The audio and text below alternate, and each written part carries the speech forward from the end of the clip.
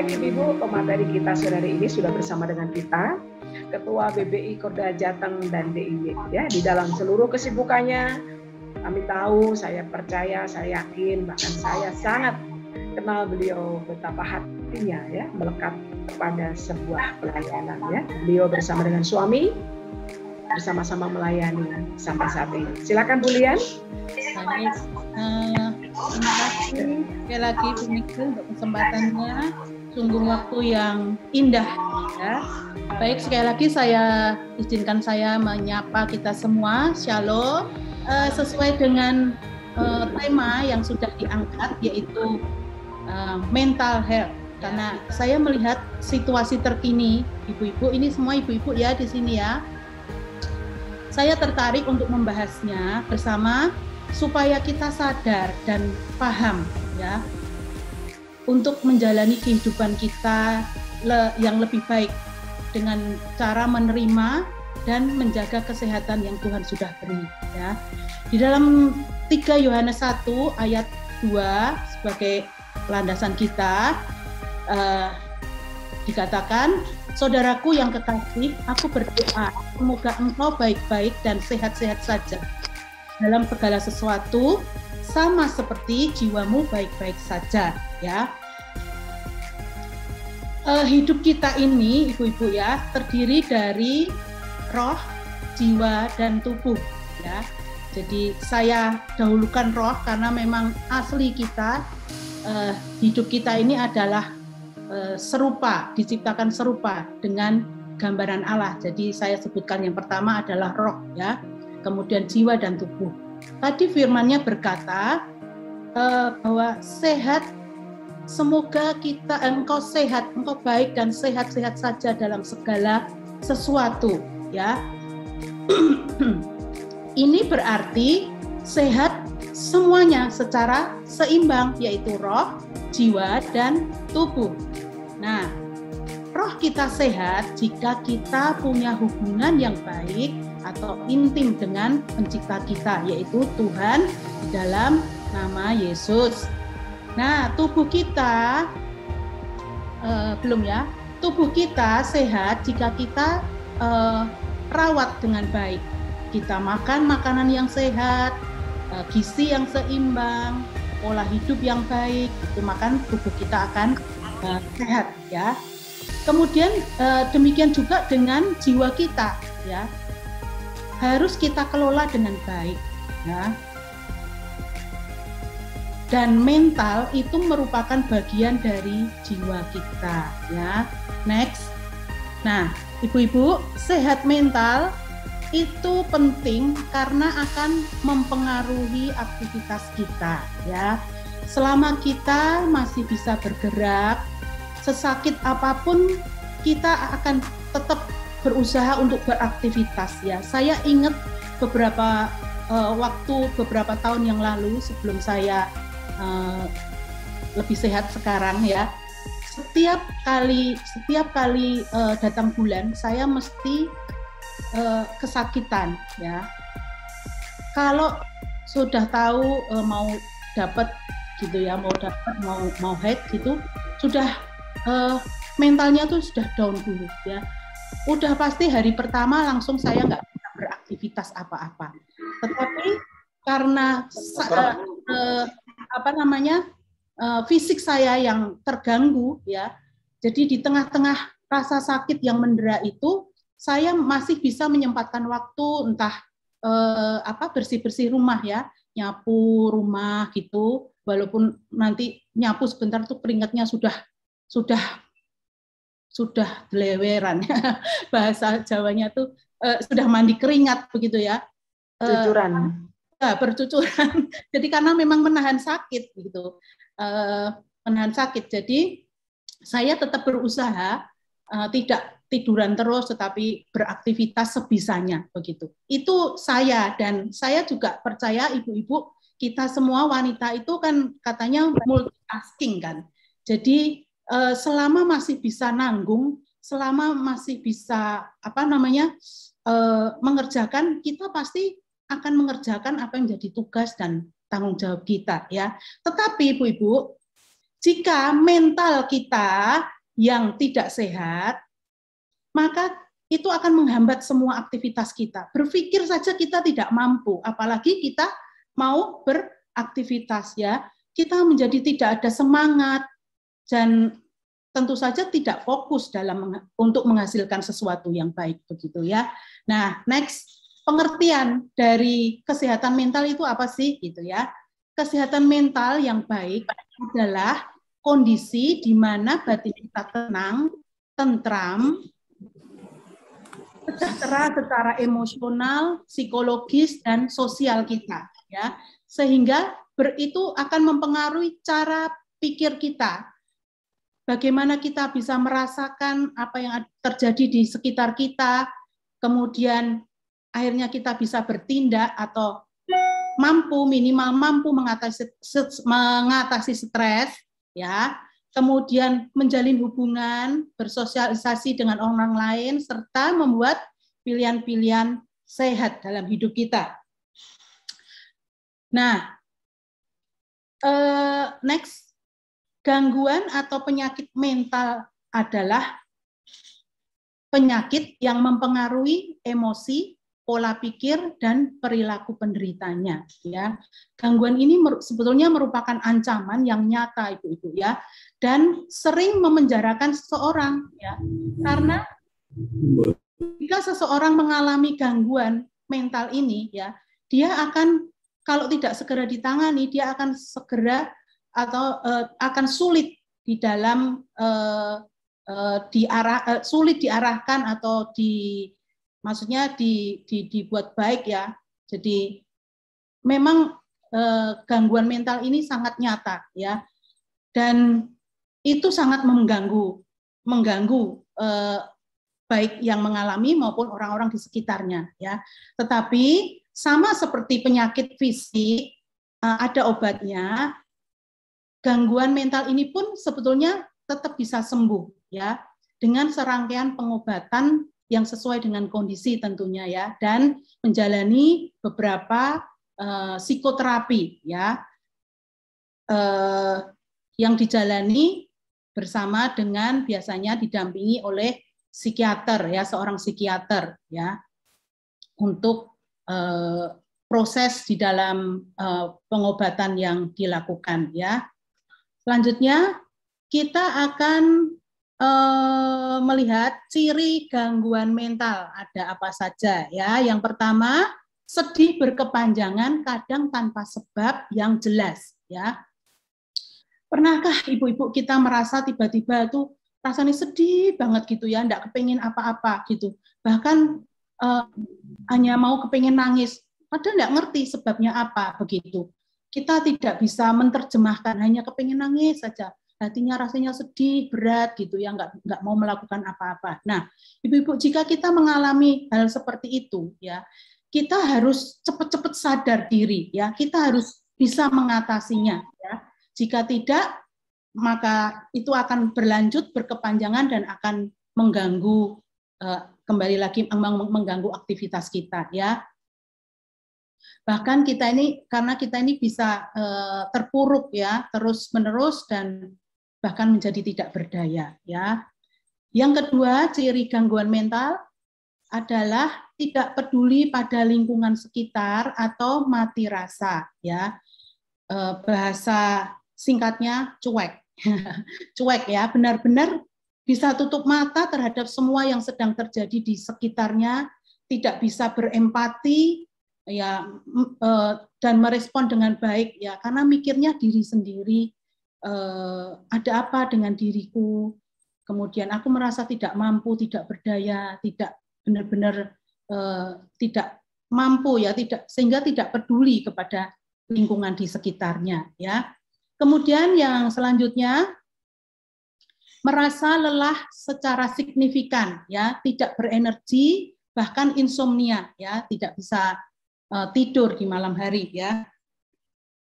Ibu-ibu, bangun di pagi hari itu seharusnya membuat kita segar ya, setelah kita beristirahat semalaman, dan harusnya membuat kita bersemangat menyambut hari baru. Tetapi saatnya kita justru merasa sebaliknya, kita merasa lelah, tidak ada energi, tidak ada semangat gitu ya. Apalagi mengingat bahwa semalam tidak bisa beristirahat dengan baik, tidak bisa tidur nyenyak begitu ya.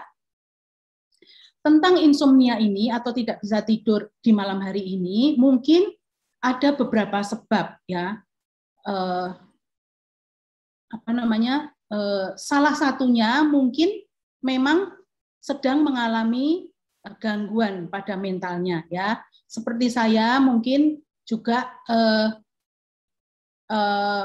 pada wanita parubaya ya, pada umumnya ya, mulai masuk masa menopause itu biasanya juga sulit tidur. Makanya disarankan juga untuk tidak tidur siang ya, supaya sore sudah tidur dan bisa ambil istirahat lebih baik sampai pagi subuh lah ya, sampai subuh begitu. Nah, selanjutnya yang keempat adalah sangat sensi dan kemarahan yang berlebih ya. Hal-hal sepele bisa menjadi sebuah keributan yang besar bagi orang-orang yang sedang terganggu mentalnya ya. Dia merasa tidak nyaman, tidak puas ya. Apalagi ditambah jika tipe orang tersebut adalah kepribadiannya itu perfeksionis ya. Apa-apa pasti nggak kebenaran. Nah, biasanya juga orang-orang yang dulu sehat begitu ya, dulu sehat semua dikerjakan sendiri, tiba-tiba mengalami penurunan kemampuan ya, tidak bisa beraktivitas lagi seperti dulu dengan faktor usia, faktor sakit penyakit dan sebagainya ya. Nah, orang seperti ini biasanya kan mendapat bantuan ya, berhubungan dengan keluarga, dengan teman-teman begitu ya. Nah, orang tipe ini itu juga tidak akan gampang ya. Kalau bahasa Jawanya tuh susah seratenane begitu ya. Jadi apa-apa tidak sesuai dengan keinginannya, apa-apa tidak puas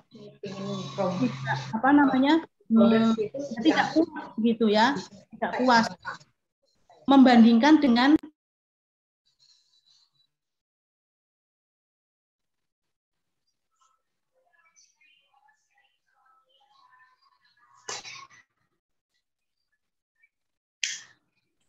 suaranya ke-mute, Bu. Ke-mute.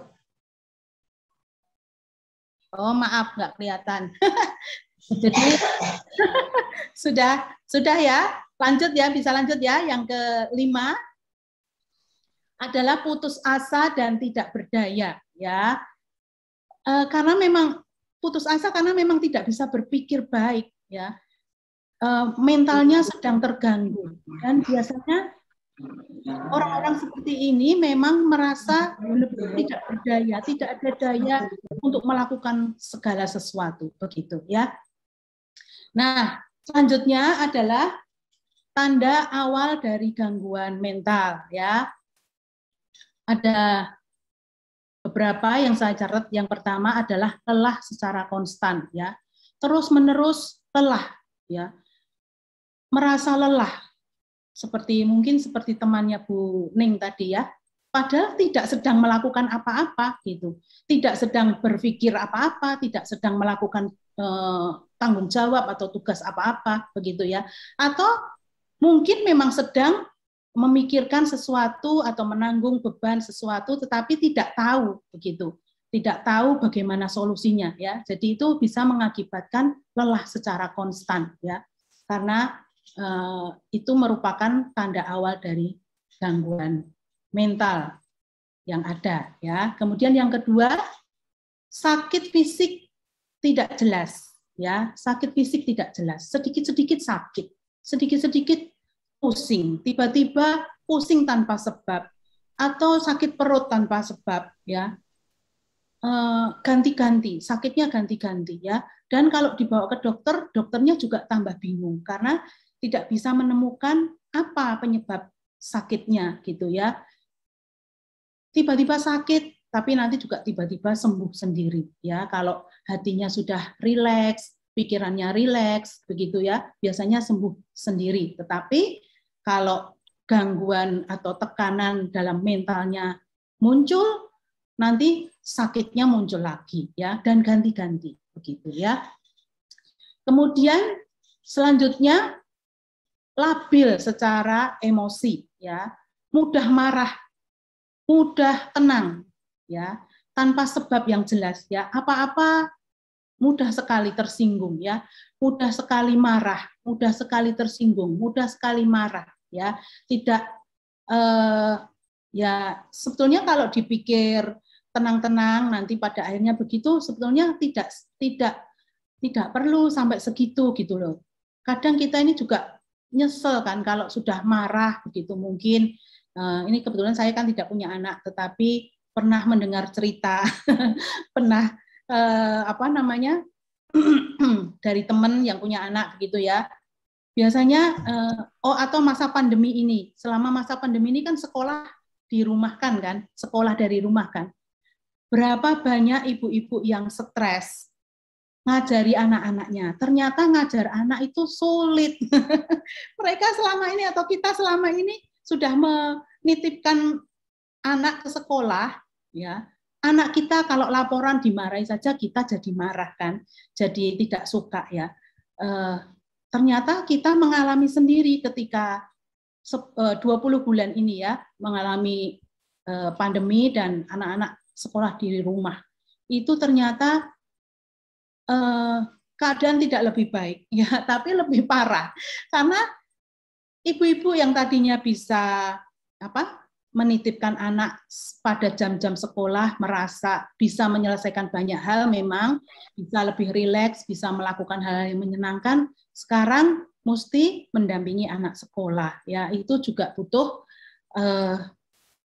emosi yang sebetulnya harus stabil ya. Kalau kita emosi, anak kita juga kasihan ya.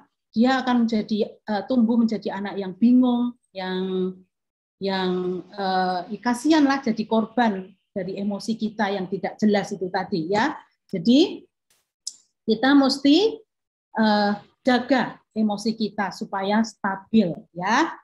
Kemudian selanjutnya orang yang terganggu mentalnya, tanda awalnya suka menyendiri atau menghindar ya, menarik diri dari hubungan-hubungan, atau tidak suka bergaul, atau kalau ada dalam sebuah pertemuan ya senangnya minggir, senangnya menyendiri, tidak suka ngobrol, tidak memakai kesempatan bertemu itu menjadi sebuah kesukaan karena dia mentalnya sedang terbeban, mentalnya sedang terganggu, dia merasa berat hati ya, jadi tidak suka kumpul-kumpul ya. Biasanya suka menyendiri atau menghindar. Nah, yang terakhir tanda awalnya adalah yang paling jelas itu adalah perubahan kepribadian ya. Biasanya suka ramah ya. Dia itu periang, seorang yang periang tiba-tiba menjadi murung, tiba-tiba menjadi sedih. Yaitu tadi suka bersendirian di kamar, mengunci diri dan sebagainya ya. Nah, itulah tanda-tanda awal dari tanda awal dari terganggunya mental seseorang ya. Jadi yang paling jelas adalah perubahan kepribadian, apalagi yang tadinya periang jadi pendiam, pemurung, bahkan pemarah ya. Nah, ibu-ibu, lalu kemudian bagaimana caranya supaya kita menjaga mental kita tetap sehat ya. Saya mencatat ada banyak, tapi saya akan sampaikan secara cepat ya. Yang pertama, menjaga pola hidup sehat ya. Menjaga pola hidup sehat itu dengan cara tetap aktif secara fisik ya, berkegiatan seperti biasa saja begitu ya. Terus kalau usia-usia sudah memasuki 40-50 tahun itu ya kita mulai memikirkan ya olahraga secara teratur ya, secara rutin. Kemudian menjaga hubungan dengan sesama kita, dengan teman-teman kita, dengan sahabat kita, ya, reunian boleh, ya, dan sebagainya, ya. Pokoknya tetap aktif, ya, bergerak secara fisik, ya. Kemudian membantu orang lain secara tulus, ya. Ini mungkin saya mencatatnya bagaimana caranya membantu orang lain itu, ya, saya sebut pelayanan, ya. Pelayanan itu kan kita memikirkan apa yang menjadi kebutuhan orang dan kita bisa berikan itu secara cuma-cuma, ya. Bahkan mungkin kita berkorban dalam artian kita punya sesuatu orang lain tidak punya, nah kita bantu dia sesuai dengan kemampuan kita, ya. Nah, pelayanan ini bisa dikerjakan secara mandiri maupun secara grup bersama-sama dengan beberapa teman kita, begitu ya. Kemudian memelihara pikiran positif, ya. Pikirkan semua hal-hal yang baik, ya. Buang pikiran-pikiran negatif, ya. Perkataan-perkataan seperti gek, wong ngono ya, jangan-jangan dia itu kok bersikap begitu ya, gitu ya. Terus ojo-ojo, ini bahasa Jawa, ya ini orang Jawa semua kayak. Jadi pikiran-pikiran kita itu harus kita setting, kita pastikan pikiran yang positif saja, ya. Sekalipun mungkin keadaan yang sedang kita hadapi itu keadaan yang tidak menyenangkan, keadaan yang menyulitkan, tetapi belajarlah untuk tetap berpikir positif, ya. Karena ketika kita mau men-setting pikiran kita memiliki pikiran yang positif, maka saya percaya Tuhan pasti membuat kita bisa berpikir, mencari solusi, dan padanya kita bisa lepas dari gangguan mental kita, ya. Kemudian selanjutnya adalah mengatasi masalah, ya. Atasi masalah, jangan menghindar atau menunda, ya. Kalau saya sering kali menunda, ya, nanti kalau udah deket-deket waktunya begitu baru kita biarkan tuh apa ya, baru buru-buru, baru ya persiapan yang buru-buru begitu, ya. Jadi atasi masalah yang kita ada di depan kita, ya. Saya belajar atau melihat gitu ya di tengah jemaat, saya seorang ibu gembala, ya. Jadi seringkali melihat bahwa ibu-ibu itu sebetulnya lebih tough, ya, lebih tangguh di dalam mengatasi masalah. Kadang kita lebih berani dalam menghadapi masalah dibanding dengan para laki-laki, ya. Kalau para laki-laki mungkin bisa menghindar, bisa pergi, tetapi kebanyakan saya lihat kalau ibu-ibu wanita itu bisa menghadapi, bisa mengatasinya, ya. Harus mengatasi, karena kalau lakinya pergi, ya siapa yang akan bertanggung jawab? Pasti otomatis secara alami kita ibu-ibu, kita para istri pasti yang ambil alih begitu, ya. Kemudian yang selanjutnya menjaga hubungan baik dengan orang lain, ya. Saya hanya teringat pepatah Cina yang mengatakan kalau 1000 kawan itu masih kurang, ya.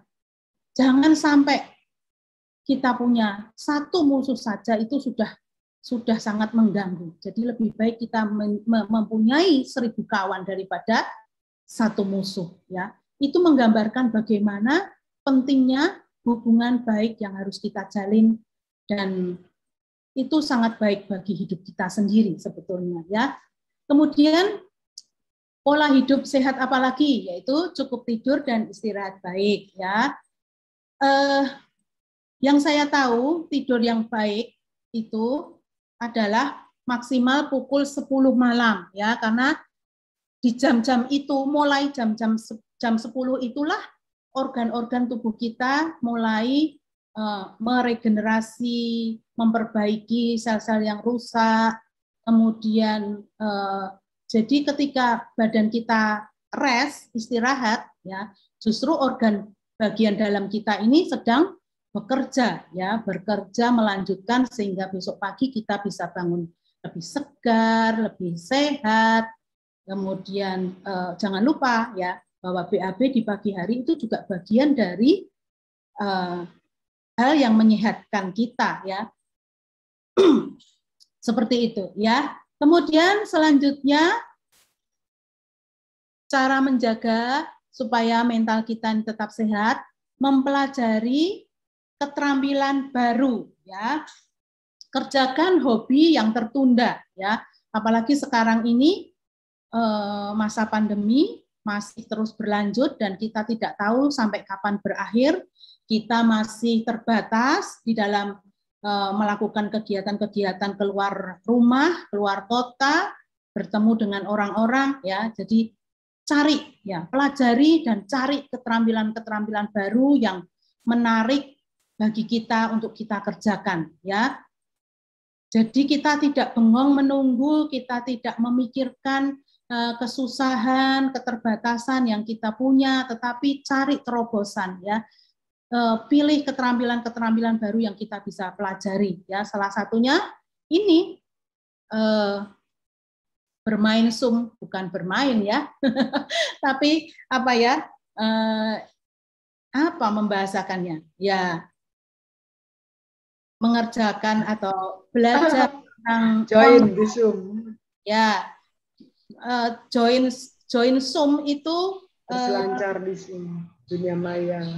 Kalau ya lebih banyak online, ya, karena saya melihat juga melalui online itu sekarang orang-orang juga Matahari Department Store aja tutup, sekarang sudah pindah ke online semua, ya, jualan online semua, dan jualan online itu sekarang sudah sangat maju, berkembang pesat, ya, dengan segala variasinya.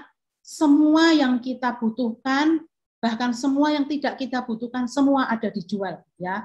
Kita mau cari apa saja di Tokopedia, di mana lagi, Bukalapak, pokoknya di toko online, ya. Pokoknya di toko online semua tersedia, ya. Kita tinggal klik, tinggal ketik-ketik, send, langsung nyambung, ya. Nah, pelajari apa yang jadi hobi kita. Mungkin hobi kita yang tertunda, gitu, ya. Saya sekarang sedang senang tanam-tanam, ya. Semua tanaman yang bisa bertumbuh, asal bisa bertumbuh. Kalau yang berbuah ya bisa berbuah, yang bunga ya bisa berbunga, begitu, ya. Itu jadi kesukaan tersendiri, ya. Itu saya merasa hidup saya ini lebih fresh, lebih semangat, begitu, ya. Setiap pagi mesti keluar halaman, lihat, ngecek-ngecek tanaman mana yang berubah, yang sedang mekar, yang sedang kuncup, yang sedang mentil, keluar itu bakal buah, ya. Itu, ya. Itu yang saya kerjakan. Jadi supaya mental kita tetap sehat, ya.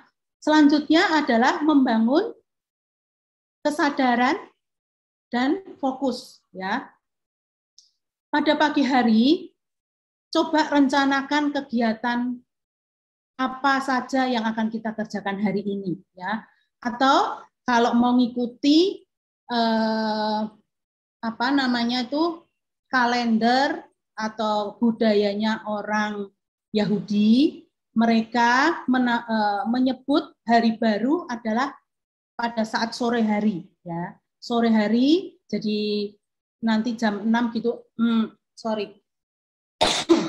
nanti sore pada pukul 6, begitu, mulai pukul 6, setengah 6, jam 6 itu mereka menyebutnya itu sebetulnya hari baru, ya. Makanya Yesus bangkit dari kubur itu kan hari ketiga, bukan 3 hari, ya. Hari ketiga, ya. Hari ketiga Yesus bangkit. Nah, kita bisa belajar, Ibu-ibu, ya, mempersiapkan kegiatan kita besok hari ketika sore hari datang ya, ketika sore hari datang kita mungkin bisa nulis-nulis sebentar, merancangkan apa begitu. Nah besok kayak kita malam tidur, besok paginya bangun, biasa kita saat teduh kan. Nah bisa teduh, bisa baca firman, kita mulai lagi mematangkan rencana kita yang sudah kita atur di sore hari kemarin ya, sehingga hari ini kita memastikan bahwa semua yang kita rencanakan itu diberkati Tuhan dan dapat kita kerjakan, menghasilkan hal yang maksimal, yang baik ya. Jadi itu salah satu, membangun kesadaran, dan kita dengan menulis juga membuat kita fokus pada apa yang harus kita kerjakan, apa yang harus kita selesaikan di hari itu ya. Kemudian selanjutnya, jika memang sudah mulai parah nih, ya temui tenaga profesional jika perlu, ya. Bisa menemui konselor rohani, ya, atau biasanya kita melakukan konseling pastoral namanya, ya. Kita mungkin tidak tahu apa yang ada di pikiran kita tidak bisa menerjemahkan apa yang di hati kita, ya.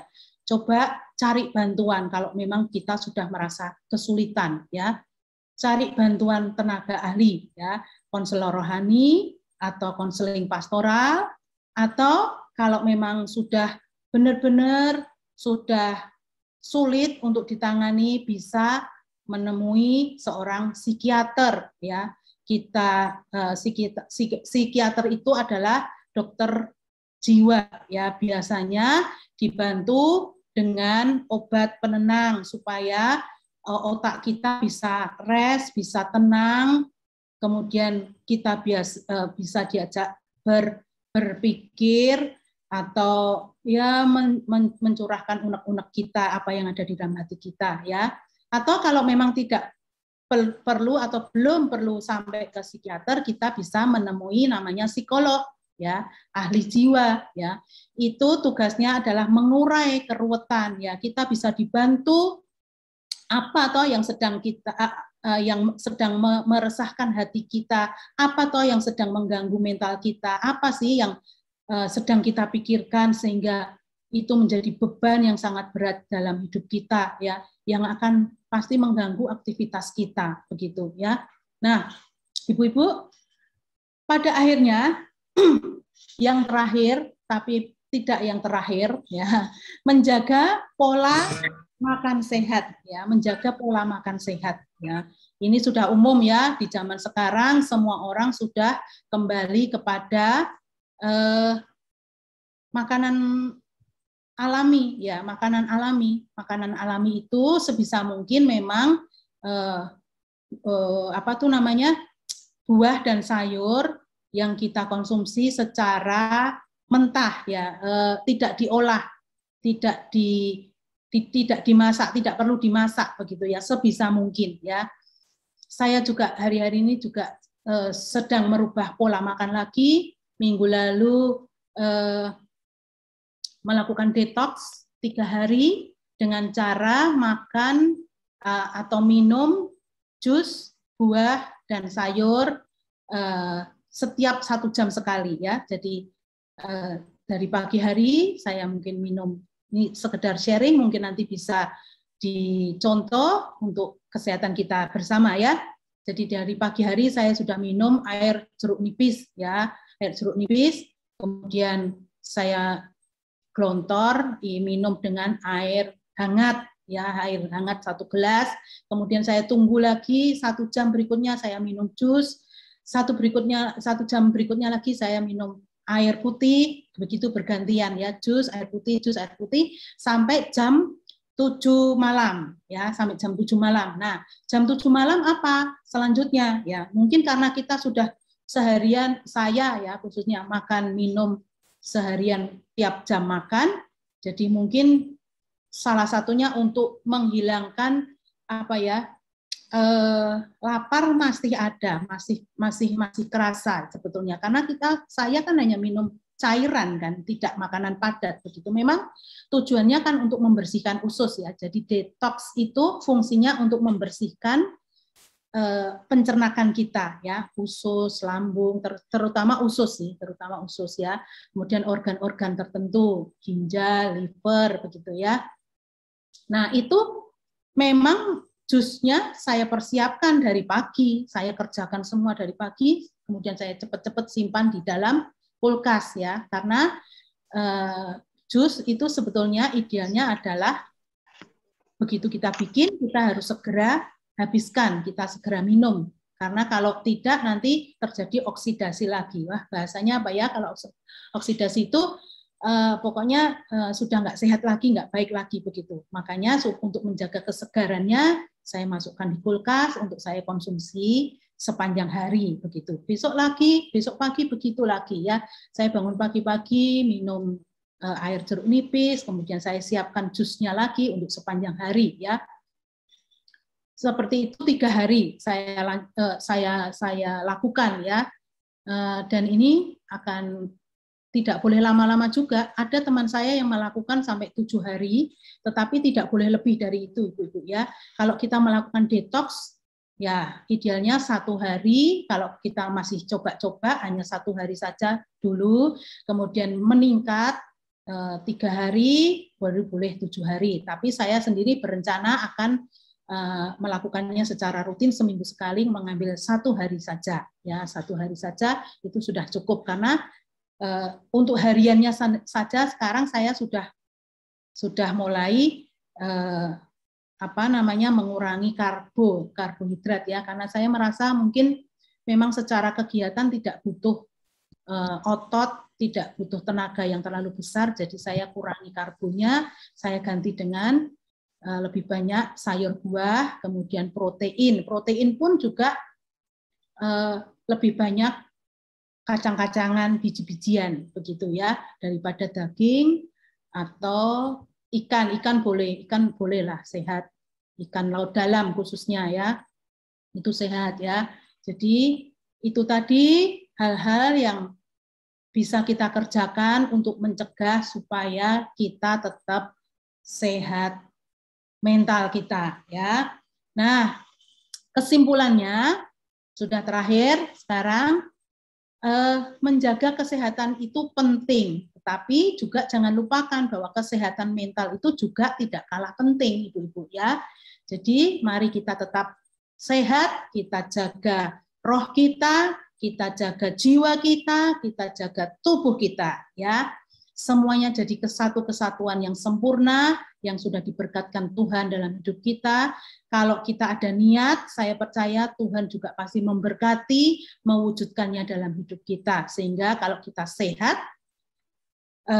hidup kita juga maksimal, menjadi berkat bagi banyak orang, keluarga kita juga happy, kita happy, semua orang happy ya. Tuhan memberkati. Terima kasih.